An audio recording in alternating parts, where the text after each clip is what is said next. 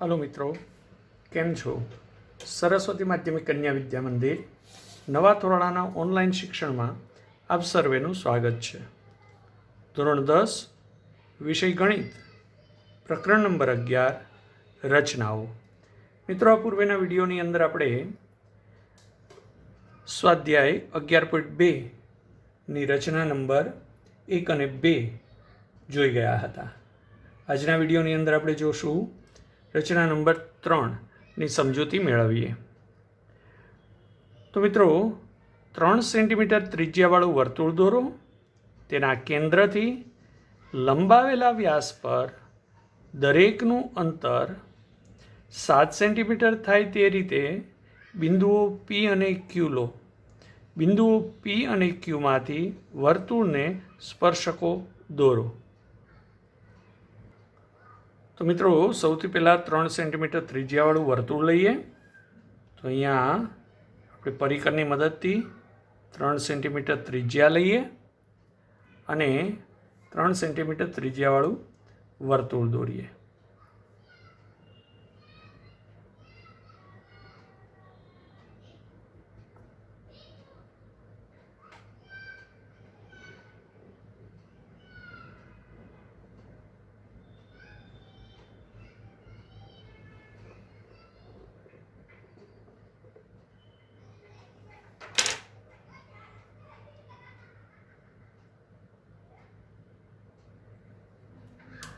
ત્રણ સેન્ટીમીટર ત્રિજ્યાવાળું આપણે વર્તુળ દોર્યું। હવે એના વ્યાસને લંબાવીને દરેકનું માપ 7 સેન્ટીમીટર થાય એવી રીતે P અને Q બિંદુઓ આવેલા છે। તો મિત્રો, આપણે જોઈએ અહીંયા 7 થી 0 અને 7 થી 14 એટલે કે વ્યાસને લંબાવતા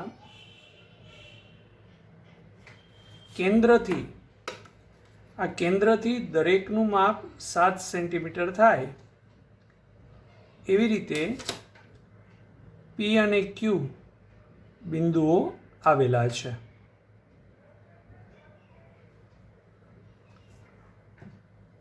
હવે મિત્રો, આપણે P માંથી અને Q માંથી આપેલ વર્તુળને સ્પર્શકો રચવાના છે। તો આપણે સૌથી પહેલું કામ શું કરીશું? તો મિત્રો જુઓ, આટલી રચના વિચારીએ। O કેન્દ્ર છે અને બહારના ભાગમાં P બિંદુ આવેલું છે। તો P માંથી આપેલ વર્તુળ પર સ્પર્શકોની જોડ રચવી હોય તો કઈ રીતે રચીએ છીએ એ દાખલા નંબર 1ની અંદર આપણે જોઈ ગયા હતા। એ જ રીતે કામ આપણે આગળ જોશું। તો રચનાના મુદ્દાની અંદર પહેલું કામ આપણે જોઈએ તો O કેન્દ્ર અને 3 સેન્ટીમીટર ત્રિજ્યા લઈ વર્તુળ રચો અને OP બરાબર OQ બરાબર 7 થાય તે રીતે લંબાવેલા વ્યાસ પર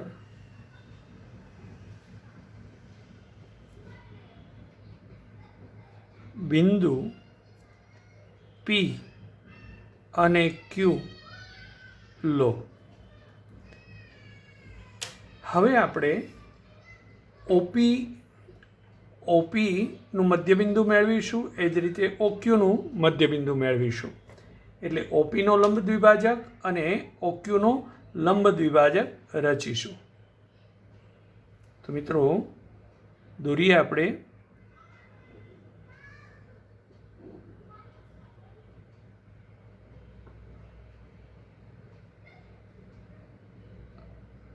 બંને બાજુએ એક સાથે ક્રિયા કરીએ।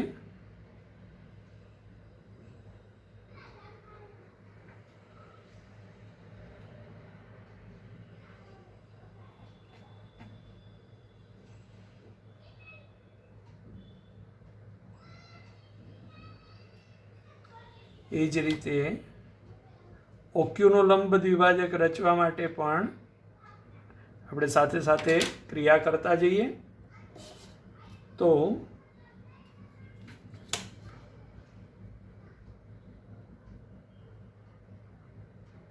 આ ઓપીનો લંબ દ્વિભાજક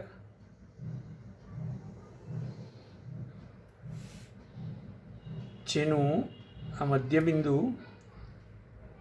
એમ થયું, એ જ રીતે ઓક્યુનો લંબ દ્વિભાજક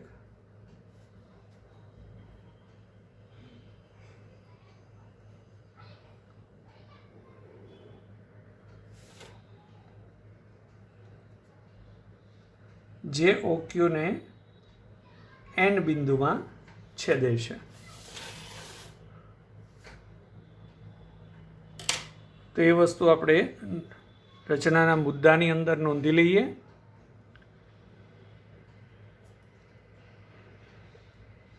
ઓપી અને ઓક્યુના લંબ દ્વિભાજક દોરો જે ઓપીને એમ બિંદુમાં અને ઓક્યુને એન બિંદુમાં છેદે છે. હવે મિત્રો આગળ શું કરીશું? તો કે એમને કેન્દ્ર લઈ OM ત્રિજ્યા લઈને વર્તુળ રચીશું. એ જ રીતે એન કેન્દ્ર અને ON ત્રિજ્યા લઈને વર્તુળ રચીશું. તો આપણે એમ કેન્દ્ર OM ત્રિજ્યા લઈએ,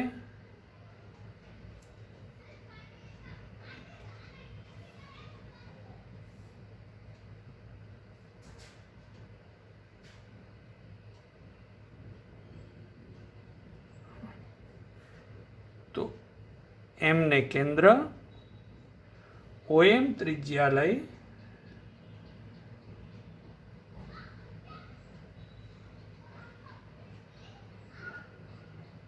અને આપણે વર્તુળ રચીએ.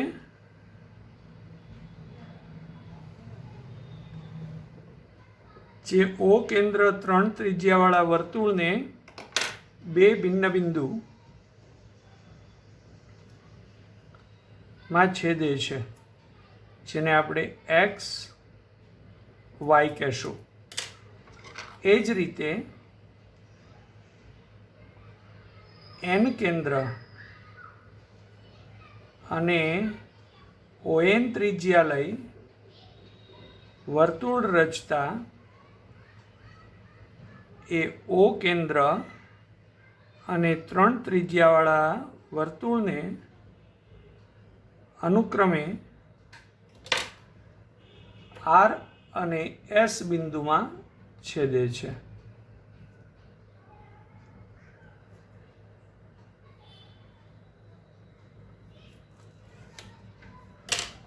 તો આપણે રચનાના મુદ્દામાં દર્શાવીએ.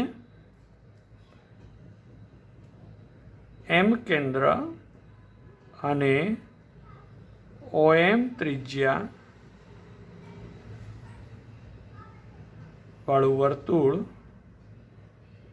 દોરો જે આપેલ વર્તુળને x અને y બિંદુમાં છેદે છે. એ જ ક્રિયા આપણે અહીંયા પણ કરી. હવે એન કેન્દ્ર અને ON ત્રિજ્યા લઈ વર્તુળ દોરો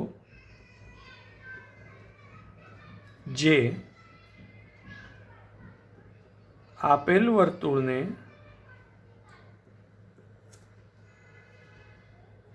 R અને S બિંદુમાં છેદે છે. R અને S બિંદુમાં અને એમ કેન્દ્ર OM ત્રિજ્યાવાળું વર્તુળ એક્સ અને વાય બિંદુમાં છેદે છે. તો હવે મિત્રો આગળની ક્રિયા આપણને ધ્યાનમાં છે કે આપણે PX અને PY રચીશું.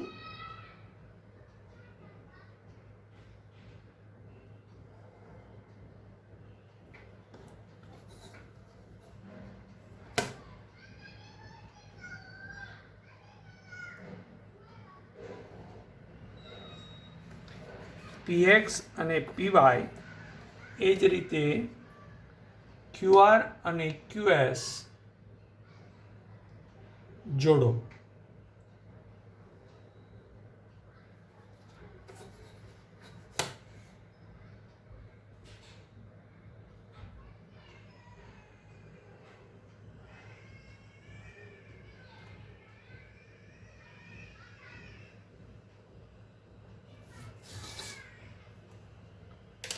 તો આપણે રચનાના મુદ્દામાં નોંધીએ. PX અને PY તથા QR અને QS જોડો જે માગેલા સ્પર્શકો છે.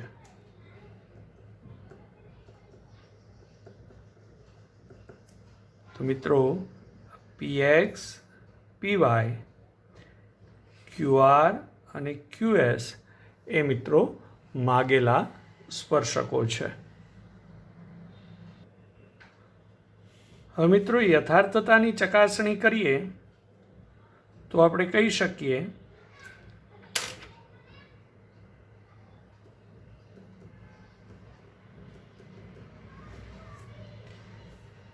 કે આ OX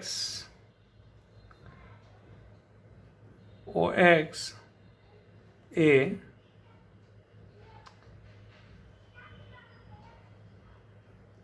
ત્રિજ્યા છે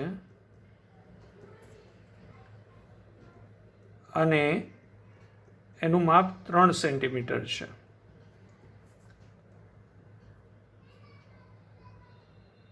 હવે કાટકોણ ત્રિકોણ PXO એટલે PX છે એ OX ને લંબ છે, માટે PX છે એ સ્પર્શક છે.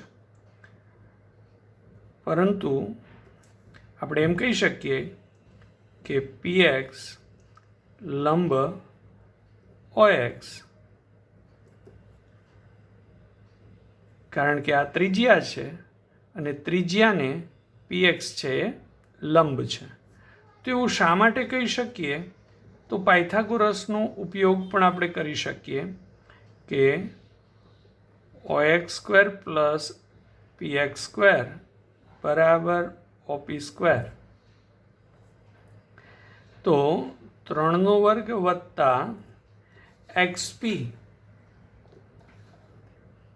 જ્યાં XP બરાબર મિત્રો મળે છે 6.34, અંદાજિત કિંમત મળે છે.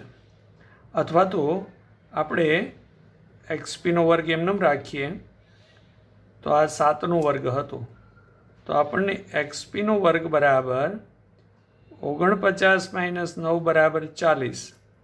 તેથી XP બરાબર √40, જે લગભગ 6.32 જેવી કિંમત થાય. તો અહીંયા જોઈ શકીએ છીએ મિત્રો કે 6.3 કરતાં થોડું વધારે માપ છે XPનું. માટે PX છે એ OX ને લંબ છે. તેથી આપણે કહી શકીએ કે PX એ વર્તુળનો સ્પર્શક છે. તો એ જ રીતે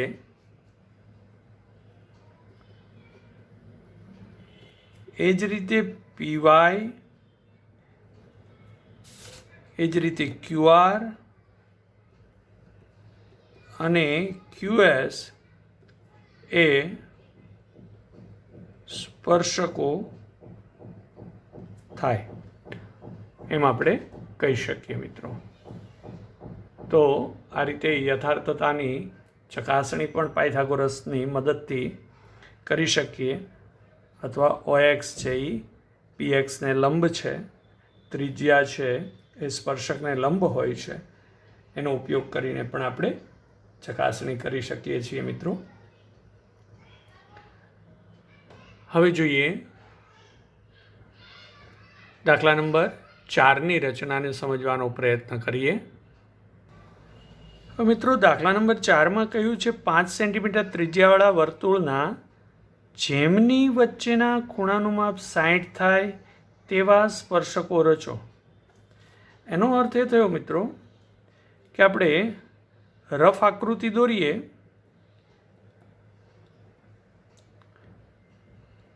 તો આ એક વર્તુળ 5 સેન્ટીમીટર ત્રિજ્યાવાળું અને એનું કેન્દ્ર O અને એના કોઈ બે સ્પર્શકો કે જે વર્તુળના બહારના ભાગમાં બિંદુ P આગળ મળતા હોય તો એ બે સ્પર્શકો વચ્ચેના ખૂણાનું માપ 60 થાય. આવા બે સ્પર્શકો રચવા છે. તો મિત્રો અહીંયા OA અને OB એ વર્તુળની ત્રિજ્યાઓ લઈએ તો અહીંયા ત્રિજ્યા છે સ્પર્શકોને લંબ હોય. તો એનો અર્થ એ થયો મિત્રો કે આ ચતુષ્કોણ OAPBમાં AP અને PB સમાન છે અને OP લઈએ તો આ બંને કાટકોણ ત્રિકોણ થયા અને બંને કાટકોણ ત્રિકોણ એકરૂપ હોય. માટે ચતુષ્કોણના ચારેય ખૂણાનું માપ 360 થાય. આ 90 આ 60 હોય. તો એનો અર્થ એ થયો મિત્રો કે અહીંયા ખૂણા AOBનું માપ 120 આપણે લેવું પડે. તો આપણે OA અને OB ની વચ્ચે 120નો ખૂણો થાય એ પ્રકારની ત્રિજ્યાઓ લઈ અને એ બિંદુએ લંબરેખા, બી બિંદુમાંથી પસાર થતી લંબરેખા રચીએ તો એ બંને વર્તુળના બહારના ભાગમાં બિંદુ P આગળ છેદે અને ત્યાં ખૂણો 60 થાય. કારણ કે આપણે કીધું છે જેમની વચ્ચેના ખૂણાનું માપ 60 થાય તેવા સ્પર્શકો રચવાના છે. એટલે સ્પર્શકો છે એ અહીંયા બહારના ભાગમાં છેદે તેની વચ્ચેના ખૂણાનું માપ 60 કરવું હોય તો કેન્દ્ર આગળ આ બંને ત્રિજ્યાઓ વચ્ચેના ખૂણાનું માપ 120 થવું જોઈએ મિત્રો. તો આપણે એ રીતે રચના રચવાનો પ્રયત્ન કરીએ. તો રચનાના મુદ્દા અહીંયા નોંધતા જશું.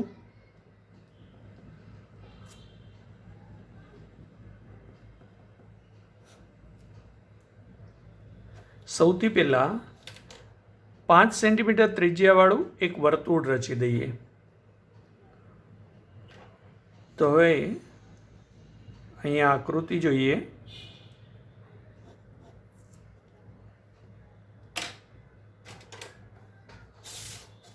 સૌથી પહેલાં 5 સેન્ટીમીટરની ત્રિજ્યા લઈએ.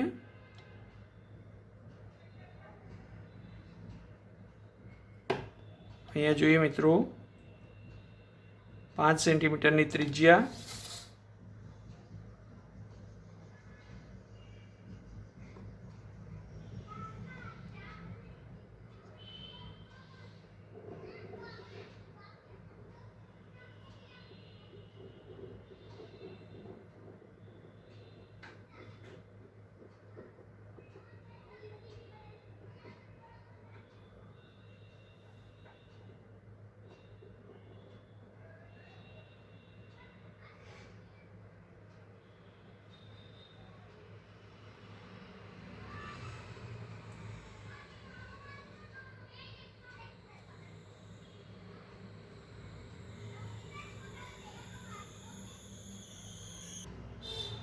આ 5 સેન્ટીમીટરની ત્રિજ્યા વાળું આપણે વર્તુળ લીધું,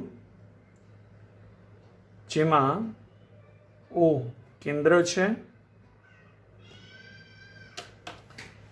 એક ત્રિજ્યા આપણે દોરી દઈએ.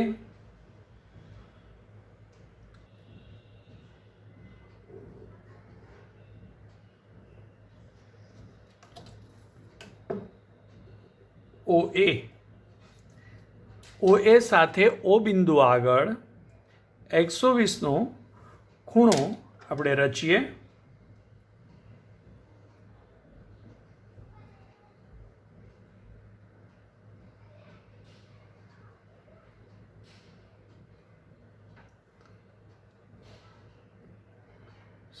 સાઠ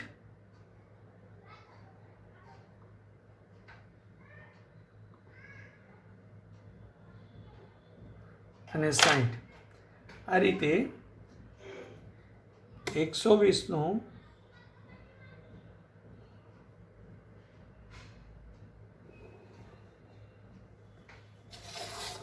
એ બીજી ત્રિજ્યા દોરી દઈએ. તો આ બી બિંદુ વર્તુળ પરનું બિંદુ થયું, એ બિંદુ વર્તુળ પરનું બિંદુ થયું. આ ખૂણો 120 થયો. તો મિત્રો આપણે રચનાના મુદ્દા નોંધીએ. તો પહેલું કામ આપણે શું કર્યું, તો કે 5 સેન્ટીમીટર ત્રિજ્યા લઈ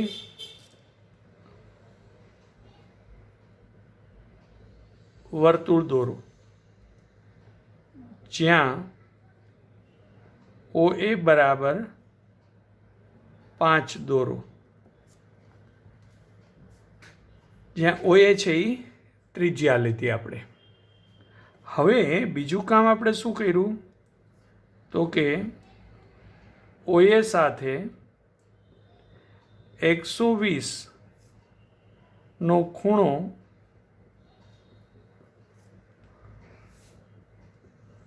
રચતું કિરણ OB દોરો. એટલે આપણે OB કિરણ જે વર્તુળને બી બિંદુમાં છેદે છે, એટલે આપણે OB રેખાખંડ દોર્યો. હવે મિત્રો એ બિંદુ આગળ, કારણ કે આ OA અને OB ત્રિજ્યા થઈ, તો સ્પર્શકો છે એ ત્રિજ્યાને સ્પર્શ બિંદુ આગળ લંબ હોય. માટે એ બિંદુએ અને બી બિંદુએ OA અને OBને લંબ રેખા રચીશું. તો એ લંબ રેખા રચવા માટે આપણે એને બહારના ભાગ સુધી લંબાવી દઈએ.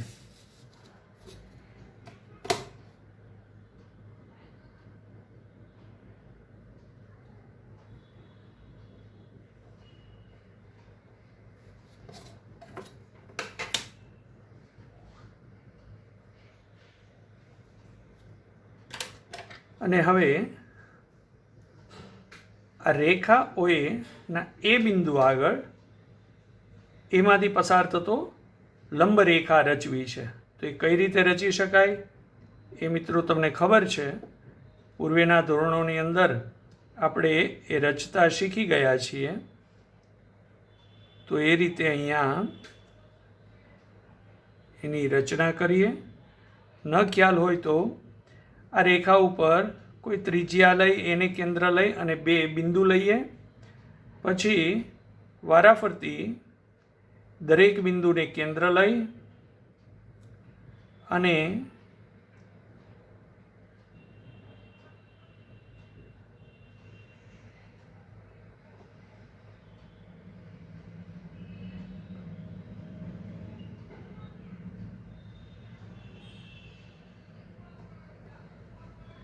એનું લંબ દ્વિભાજક રચીએ, જેથી એ બિંદુમાંથી પસાર થશે.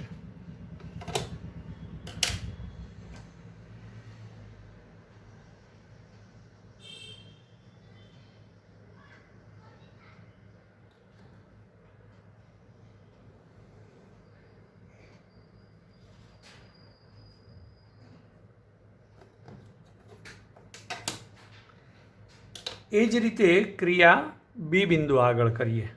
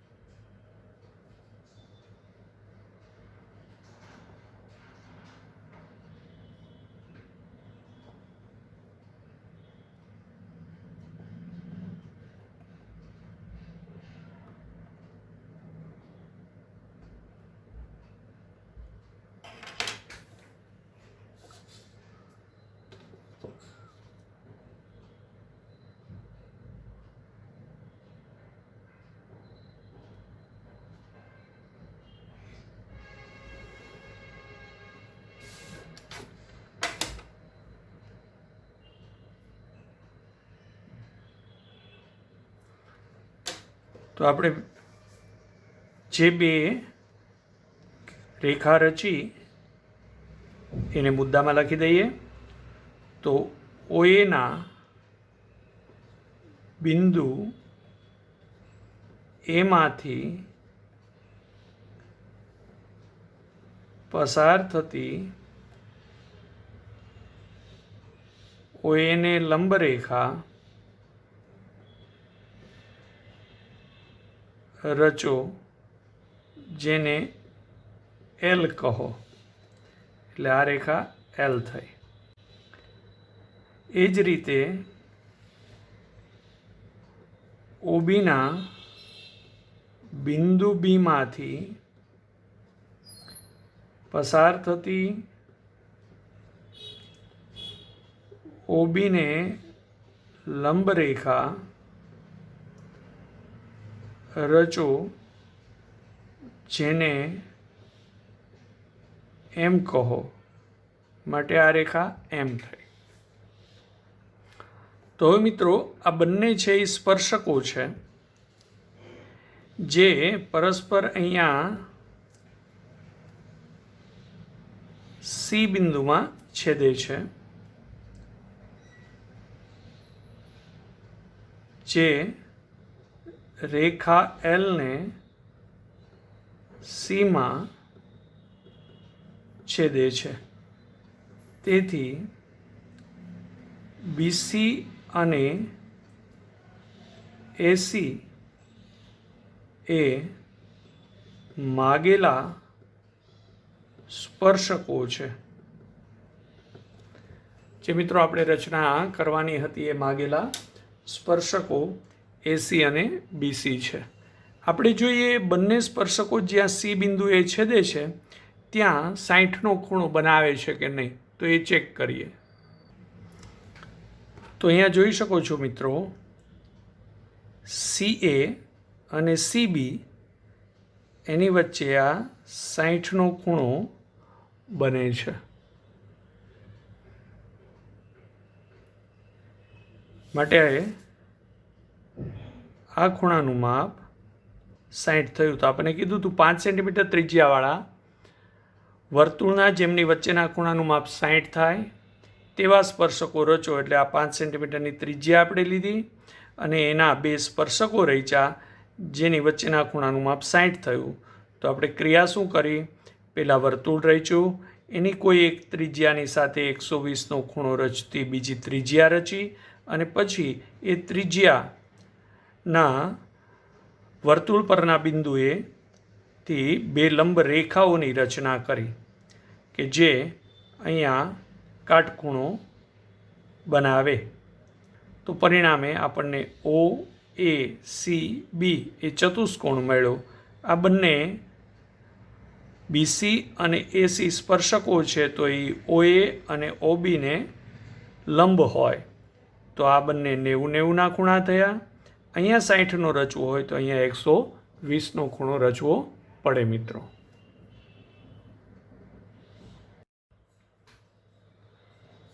તો આ રીતે મિત્રો એસી અને બીસી એ માગેલા સ્પર્શકો છે. તો મિત્રો, તમારી નોંધપોથીની અંદર રચના નંબર 3 અને 4 બંને રચનાઓ છે એ તમે જાતે નોંધપોથીની અંદર દોરજો મિત્રો. પુનરાવર્તન કરતા રહેજો. સ્વસ્થ રહેજો મિત્રો. આવજો.